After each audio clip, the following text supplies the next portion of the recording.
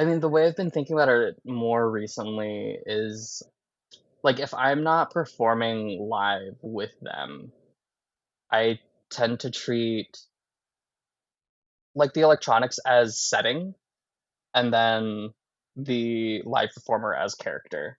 So that's like exactly how Adrian's piece works. I'm like, this thing is just gonna go and it's gonna be like, this is now the room that you're playing in. This is the ambient space of the room.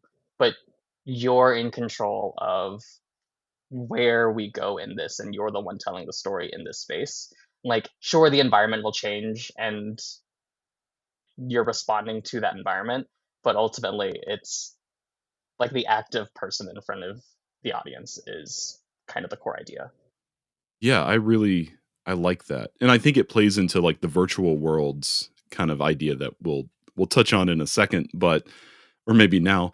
But one of the questions I always ask people, and it it's really it has to do with like your creative philosophy.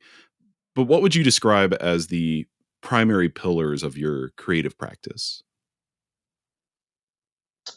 I think it comes down to like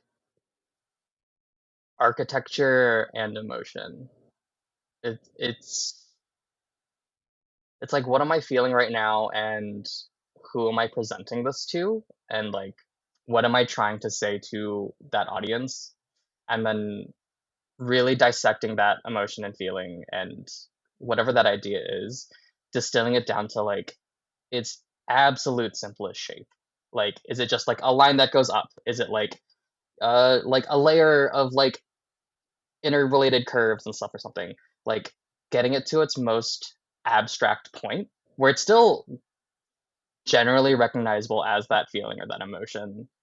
And then I use that abstract seed as like a Rosetta Stone across all of my other stuff, where it's like, cool, how does this manifest visually? How does this manifest in like a bunch of synths, or like unfolding over time as like a musical idea, or like literally anything else? I think that, yeah, like being able to distill something down to its core essence is like the biggest thing. You spend a lot of time pre-planning this architecture that you're describing? Because I know for myself personally, like every piece begins with like a blank sheet of paper that I'm like drawing on. I'm to get the narrative of the piece, an idea about that. So when you talk about architecture, are you doing stuff like that? Yeah, it was like that for a while, and then now it's moving. Like, it's like a weird feedback loop that I have to go through of drawing out stuff, or like improvising in an emotional space and just like feeling out a thing and kind of going back and analyzing what I just did, like listening back to the recording, like, okay, these features, these kinds of things, this is like actually the thing that is speaking to me in this space, and then reducing that back out as like an analytical idea, Yeah. and then going back into like, okay, how do I keep that as the seed and then re-explore that back out, and that is like the loop I go through. So like earlier you were talking about composing as journaling, and like now it's like it's all starting to connect for me. Great. Like the way you're describing it. That's really awesome. And you mentioned that you, in addition to music, you do visual work, and I was hoping we could talk a little bit about that. Can you discuss your interests in graphic design and the visual elements that you use in your work? Because it's not just like graphic design. There's video elements and all kinds of you do all kinds of stuff. Did this interest begin separate from your music making, or did it kind of arise out of composing in some way? I think it did come out of composing, in like a like logistical way, but then also in like a very intuitive way of like my early pieces were definitely very much drawing graphs, drawing diagrams, drawing like, okay, does this like sequence of lines or whatever that I have as like representing my form, does this make sense? And then I would just like draw more of them, and like, Yeah. cool, this is now like a weird visual thing, and like bad visual art, but still visual art. And this kind of tied into a lot of how I treat scores. I'm also like an engraver and editor as like my day job ish sometimes, and that feels very much like, cool, this is like everything needs to be in alignment. This is like how the notation communicates this idea in like the clearest way.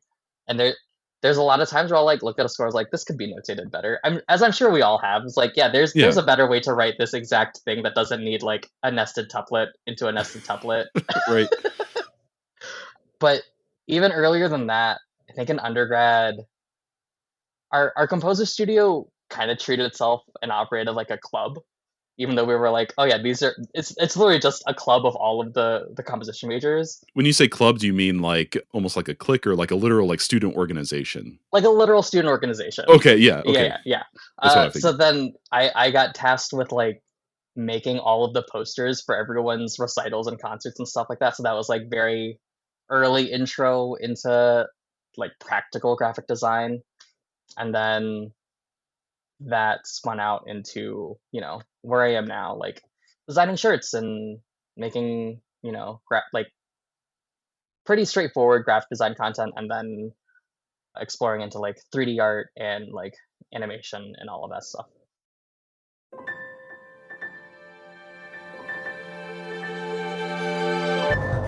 Thank you so much for tuning in to Micromaker by Loose Leaf Transmissions.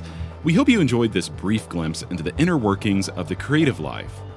If this resonated with you, be sure to check out the full conversation on Music Maker with Tyler Kline, a podcast exploring craft and process, philosophy and inspiration, and the honest, often messy parts of being an artist, creative uncertainty, purpose and identity, and resilience.